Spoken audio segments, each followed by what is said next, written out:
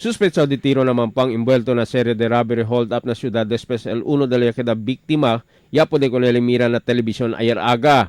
Mga alas 8 ayer aga, LNUP Michael Tangon, junto con SPO1 Norwina Balaton, ya andan opisina del Police Superintendent Nonito Asda y na Police Station 6 na Tetuan. Después sila puede identificar con el persona quien kanila tira, yaman hold up del pecha 20 del mes de Mayo, alina Veterans Avenue Extension. Ya puede daw sila mira na un programa na telebisyon con el suspechao.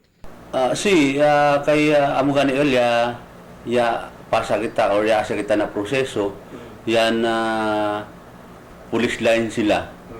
Yaman na kita gayot ta kumpirmasi sila ba para noy akel noy misidentity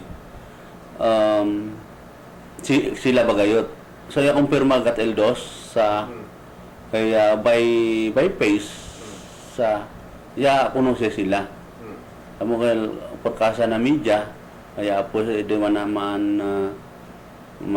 mandamira na television el forma el cara ya anda sila aki inante namo gani ya kumpirma sila kay legayot pati sini pang mga uban ya tira ako nila during akela May 20.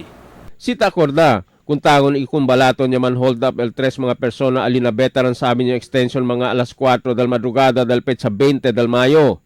Mga suspecho de tira kung tangon, iya sa con el bag di balaton, iya escapa usando el un motorsiklo. El suspecho si Dexter Pioquinto, residente de Mampang.